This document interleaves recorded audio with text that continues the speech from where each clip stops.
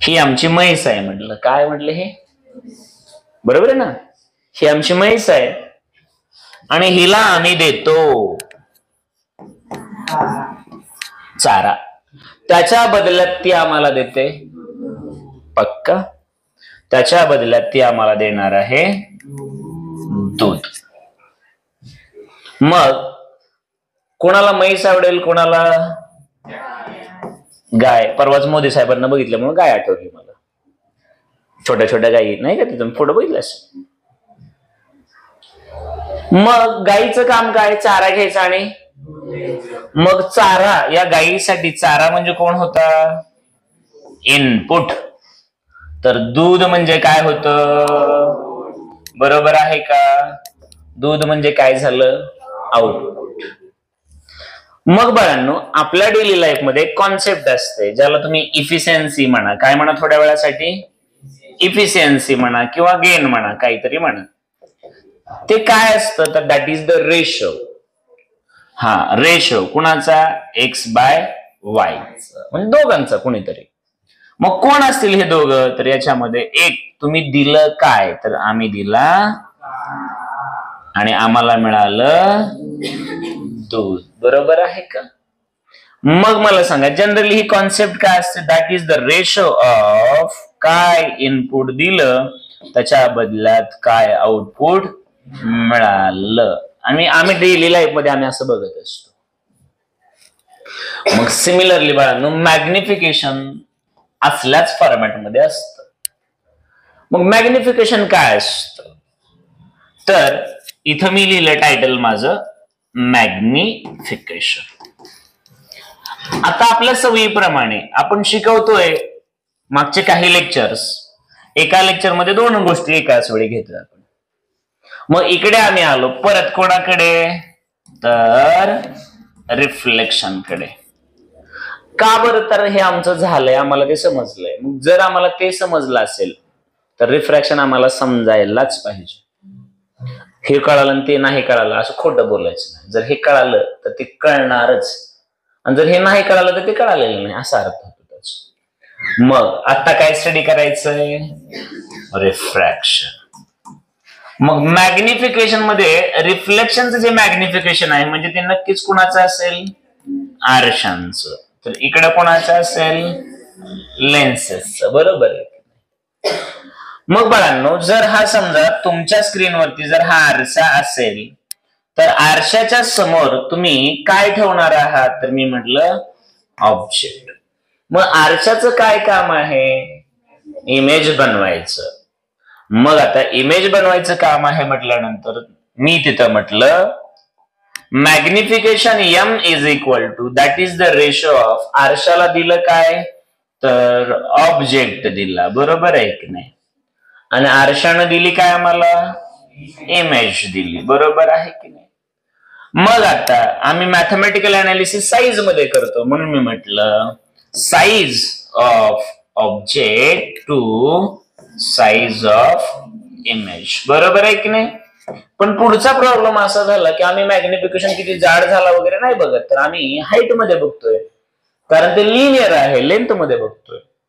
म्हणून आम्ही याला म्हणायला चालू केलं हाईट, किंवा याला तुम्ही लेंथ म्हणू शकला असता. Height of image divide by height of object. मग तुम्ही मला सांगा रे बाळांनो, तुम्हाला मॅग्निफिकेशन जे सांगितलं होतं काय होतं? That is the simple comparison between height of object given आणि ऑब्जेक्ट दिला, ऑब्जेक्ट ठेवला आरशाच्या समोर, तरच काय होत असतं? त्याची इमेज. मग जर आम्हाला हे कळालं असेल बाळांनो, तर मला असं वाटतं सेम असं असेल ना. Magnification that is the simple ratio of, तुम्ही म्हणायला हवं height of image to height of object. बरोबर आहे की नाही? समजलं का? पण तिथं ज्या डेप्थ मध्ये बघितलं, तिथं ज्या पद्धतीने बघितलं, अगदी तसंच इथं पण बघणार आहोत. आणि मग तुम्हाला माहित आहे मॅथमॅटिकल अनालिसिस करताना आम्हाला जॉमेट्री इतकी मदत करते, आणि इथं पण आम्हाला अगदी तसं स्टडी करावं लागणार आहे. मग तिकडं आणि इकडं साइन कन्व्हेन्शनचा थोडासा फरक होणार आहे, पण बाकी बेसिक फॉर्म्युला सेमच राहणार आहे. मग जर तुम्हाला हे सगळं आठवत असेल, बाळांनो हेच खरं एज्युकेशन, हेच कॉन्क्रीट नॉलेज असतं. एखाद्या क्लासला जाता, एखाद्या वर्गात बसता, शिक्षकाने सांगितलेलं कळतं का नाही, म्हणजे नेमकं काय असतं, तर हेच असतं रे, की हा हे असं शिकवलं होतं आणि हे असं आहे. प्रत्येक गोष्ट लक्षात ठेवायला कसं शक्य आहे? ह्या जगामध्ये असंख्य गोष्टी किती लक्षात ठेवणार आहात किंवा किती पाठ करणार आहात? साधी सोपी गोष्ट आहे. बऱ्याचदा आपण आपल्या जवळच्या काय, ज्याच्यासोबत आपण बरेच वर्ष घालवलेले आहेत, आता मलाच एक 3 वर्षापूर्वीचा जर एखादा मुलगा आला तर 5-10 मिनिट त्याचं नाव लवकर आठवत नाही, बरोबर आहे की नाही? तुम्हीच विचार करा ना, समजल्यानंतर किती सोपं होतं ते. आता हे जर सगळं कळालं असेल तुम्हाला, तर ही बेसिक कॉन्सेप्ट आहे की आम्हाला तुलना करायची कोणाची, ऑब्जेक्टची आणि तयार होणाऱ्या इमेजची. आणि करत असताना आम्ही हे बघतो का की एक लुकडा मुलगा होता आणि त्याची इमेज जाड झाली, असं नाही ना, त्याची हाईट बघणार आहोत. म्हणून तिथं मॅग्निफिकेशन देताना साईज मध्ये नाही, तर कशामध्ये केलेलं आहे, आम्ही लेंथ मध्ये केलेलं आहे, म्हणजे हाईट मध्ये केलेलं आहे. समजलं का? मग हे जर समजलं असेल तर आता आपण थोडस पुढे जाऊया आणि एक सुंदर असे डायग्राम बनवूया. मग आम्हाला आता मी रूल्स वगैरे सगळं कशाला घेत बसू, तुम्हाला सगळ्यांना माहिती आहे की कशा इमेज बनतात, काय होतं ते. त्यामुळे मी आता काल जे घेतलेलं आहे ते रिपीट करत बसलो नाही, तिथं वेळ किंवा जाऊ द्या, काय अडचण नाही. समजा बाळांनो ही आपली लेन्स आहे, तर नक्कीच मला असं म्हणावं लागेल प्रिन्सिपल ऍक्सिस. मग जर हा प्रिन्सिपल ऍक्सिस असेल तर अकॉर्डिंग टू रूल्स आपण ऑब्जेक्ट कुठे ठेवायला हवा, लेन्सच्या डाव्या बाजूला. मग समजा मी या ठिकाणी हा माझा ऑब्जेक्ट ठेवला, काय ठेवला, ऑब्जेक्ट ठेवला. आणि मग या ऑब्जेक्ट वरती आता इन्फानाइट रेज पडतात ऑब्जेक्ट वरती आणि रिफ्लेक्ट होऊन परत इन्फानाइट पडत असते. त्याच्यातली मी किती चूज करेल, 3 करेल, because those are sufficient for formation of image. मला जेवढी गरज आहे तेवढंच मी घेऊ ना, कशाला उगाच गोंधळ घालत बसू. मग आता आपण असं केलं, हा ठरलं आपल्या सवयीप्रमाणे, एक याला पॅरलल पाठवलं. मग खरं तर इथूनच होतं, पण मी इथून दाखवलं, का दाखवलं तुम्हाला माहित आहे, बरोबर आहे की नाही? आणि बेसिकली हे आणि हे डिस्टन्स खूप मोठं नसतं, हे तुम्हाला माहित आहे, कारण आपली लेन्स कशी असते, थिक असते का थिन असते? कारण मी 7वी 8वी पर्यंत मला हा फरकच कळत नव्हता, थिक आणि थिनचा, सिरियसली. मग आता मला सांगा की एक रे तर झाला, चला याला पाहिला रे म्हटलं, आता हे सेंटर, ऑप्टिकल सेंटर असेल ना, मग दुसरा मी असा दाखवला तर चालेल का? चालेल ना. आणि तिसरा तर डायरेक्ट, मग तो दाखवला काय, संपला विषय. मग आता तुम्हाला माहिती आहे, इथं आल्यानंतर तुम्हाला इथं क्लिअरली दिसते ना काय आहे हे इमेज, याला असे कुठं ना कुठं परपेंडिक्युलर दिसेल ना. मग हा सरळ जाणार का बेंड होणार? मग हा समजा इथून असा बेंड झाला आणि समजा तू इथं आला, समजा हे असं दाखवलं, तर इथे इमेज तयार होईल ना, बरोबर आहे का? मग हेच आपण जे 2 दिवसापूर्वी केलं तेच करतोय मी. मग आता या केसमध्ये तुम्हाला चांगलं माहित आहे आपलं हे करावं लागेल ना, बरोबर आहे का? मग आता मला सांगा, जर बारकाईने तुम्ही जर या सगळ्या गोष्टींकडे लक्ष दिलं तर हा तुमचा ऑप्टिकल सेंटर आहे, हा तुमचा ऑब्जेक्ट आहे आणि ही काय तुमची इमेज आहे. मग तुमच्यासाठी हे जे डिस्टन्स आहे हे व्ही असेल ना बाळांनो, आणि हे डिस्टन्स काय असेल, पक्का. आणि मग ही हाईट ऑफ आणि हाईट ऑफ, बरोबर आहे की नाही? मग according to sign convention principal ऍक्सिसच्या जे वरती आहेत परपेंडिक्युलर ते प्लस आणि खाली आहेत ते, याच्या डाव्या बाजूला म्हणजेच इन्सिडेंट रे जे आहेत त्याच्या विरुद्ध बाजूला इकडचे हे मायनस आणि इकडे जाणारे, हे सगळं आम्हाला माहित असतं. रूल्स आहेत आणि रूल्स म्हणजे रूल्स जे आहेत अकॉर्डिंग टू रूल्स गेल्याशिवाय तर काहीच होणार नाही. क्रिकेट खेळतो आणि बॉल कुठून टाकला तर चालतो का? तिथे एक लाईन असते, ती लाईन क्रॉस झाली तर तुम्हाला नो बॉल म्हणतील ना बाळांनो, बरोबर आहे की नाही? बरोबर आहे. कॅच उंच, कालचाच विराट कोहलीचा कॅच, त्याने कॅच जर पकडला असता पलीकडे जाऊन एक पाऊल पलीकडे ठेवलं, तर कॅच जरी पकडला तरी अंपायरनं असंच केलं असतं ना, असं नसतं केलं, असंच केलं असतं. म्हणजे काही रूल्स बघावे लागतात. आम्हाला तर सगळे रूल्स माहित आहेत. मग रूल्स माहित आहेत म्हणल्यानंतर याला थोडस आम्ही आता छोटं करतो आणि मग याला चालू करतो थोडस मॅथमॅटिक्स, जॉमेट्री वापरायला. बस झालं, सफिशियंट आहे, दिसतं सगळ्यांना. मग आता तुम्हाला साध्या सोप्या भाषेत जर मी एक साधा प्रश्न विचारला तुम्हाला, की मी म्हटलं याला नाव देऊया काहीतरी, ओ ए इथं सी आय, समजा इथं म्हटलं बी, बस झालं एवढी नाव, काय अडचण. आता तुमच्या स्क्रीनवरती मी तुम्हाला म्हटलं की 2 ट्रायंगल आहेत. मी म्हटलं इन ट्रायंगल, बघा ट्रायंगल अगोदर बघा, AOC and triangle IBC, 2 triangle तुम्हाला दिसतात. आता 2 ट्रायंगल मध्ये मला सांगा बाळांनो, ऑब्जेक्ट हा प्रिन्सिपल ऍक्सिसला कसा ठेवलेला असतो? मग इमेज त्याची कशी बनेल? एवढं तर आम्हाला कळतंय. क्लिअर? क्लिअर. Okay sir. दुसरी गोष्ट बाळांनो मला सांगा, तर मी इथे हा प्रिन्सिपल ऍक्सिस ड्रॉ केला. कोण आहे हा प्रिन्सिपल ऍक्सिस? आणि ही जी डॉटेड लाईन आहे ना, ही डॉटेड लाईन, मी ही डॉटेड लाईन अशी ड्रॉ केली. मग हा जर अँगल अल्फा असेल तर हा सुद्धा कसला अँगल म्हणतात तुमच्या भाषेत? Opposite angle. मग तुम्ही मला सांगा आता की हा जर अल्फा आहे तर हा किती असेल बाळांनो? विषय मिटला. मग मी एवढं कॉम्प्लिकेटेड सांगत बसतच नाही. मला सांगा, मी साध्या सोप्या भाषेत म्हटलं angle O is equal to angle I that is equal to 90 degree. चालेल का रे सोन्यांनो? दुसऱ्या भाषेत म्हटलं अँगल आता इथं 2 एकाच ठिकाणी होत आहे, तर म्हटलं ACO is equal to angle BCI असं मी बोललो. चालेल का रे? आणि तुम्ही याला काय म्हटलात? अपोजिट ना रे, अपोजिट अँगल्स. झालं.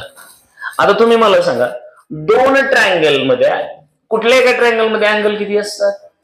3 पैकी 2 पेअर इक्वल झालं तर राहिलेली सांगायची गरज असते का? ऑटोमॅटिकली इक्वल झाली. मग मला सांगा फ्रॉम इक्वेशन 1 and 2 आपण असं म्हटलं तर चालेल, triangle AOC and triangle IBC are similar म्हटलं चालेल का? बरोबर आहे का? कॉन्ग्रुएंट म्हणून बेटर वे. कॉन्ग्रुएन्सी स्ट्रॉंग आहे ना? मग मला सांगा, मी जर याला ना म्हटलं कॉन्ग्रुएंट, मग कॉन्ग्रुएन्सी मी तुम्हाला परवा सांगितलं होती. कॉन्ग्रुएन्सी मध्ये अँगल कसे असतात? इक्वल. पण साइड कशा असतात? इक्वल का प्रोपोर्शनल? आणि त्या पण करस्पॉन्डिंग साइड असणार. मग करस्पॉन्डिंग कसं शोधायचं? तर सिंपल गोष्ट आहे. आता तुम्ही मला सांगा, इकडे याच्यात बघा, आता तुम्हाला 2 मिनिटात ते लक्षात आलं पाहिजे की हे जर 2 इक्वल असतील तर हे ज्याच्यावरच बसणार, हे याच्यावर बसत असतील तर ए कशावर जाऊन बसणार? बी वरती जाऊन बसणार. बरोबर आहे का? मग याचा अर्थ आता तुम्ही मला सांगा, जर मी असं बोललं तर चालेल का? मी म्हटलं देअरफॉर, मी आता म्हटलं इकडे कशाचा रेशो घ्यायचा तो घेऊया. मी म्हटलं देअरफॉर BI डिवाइड बाय, आता मी अगोदर इमेज घेतली ना रे बाळांनो. BI म्हणजे काय? Height of. हा, मग याला प्रोपोर्शनल कोण असेल? इकडं OC असेल, हे असेल का AB? AO असेल. व्हेरी गुड बाळांनो. AO इज इक्वल टू, ह्या 2 साइडचा जो रेशो असेल, ह्या 2 साइडचा सुद्धा सेमच, या 2 साइडचा सुद्धा same.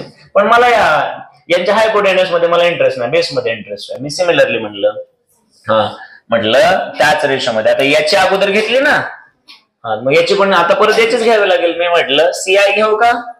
CI divide by CO, इकडूनच घेऊ किंवा OC घ्या, काय घ्यायचं ते घ्या. चालतंय का? आता मग आता तुम्ही मला सांगा, आता तुमच्या साध्या सोप्या गोष्टी लगेच लक्षात आल्या असतील. पण डाव्या बाजूला जर तुम्ही बघितलं, तुम्ही म्हणाल ना रे बाळांनो, सिन्स BI कोण आहे रे बाळांनो? तर हाईट ऑफ इमेज आहे. कोण आहे? हाईट ऑफ इमेज आहे. अँड AO कोण आहे रे बाळांनो? हाईट ऑफ ऑब्जेक्ट आहे. म्हणजेच डाव्या बाजूला कोण आहे? सिन्स तुम्ही म्हणावं लागेल ना, BI डिवाइड बाय AO म्हणजेच कोण? Height of image divide by height of, आणि यालाच काय म्हणत असतात? मॅग्निफिकेशन. बरोबर आहे की नाही? यालाच काय म्हणतात? अर्थ कळाला का आता? मग मला सांगा आता किती सोपं झालं बघा. Therefore magnification is equal to काय आलं? Height of image divide by height of object. Height of image काय आली? BI किंवा IB म्हणा, आणि हे काय आलं? AO आलं. बरोबर आहे का? पण इज इक्वल टू कोण आहे? CI आहे ना रे. पण CI कोण आहे मला सांगा? Distance of.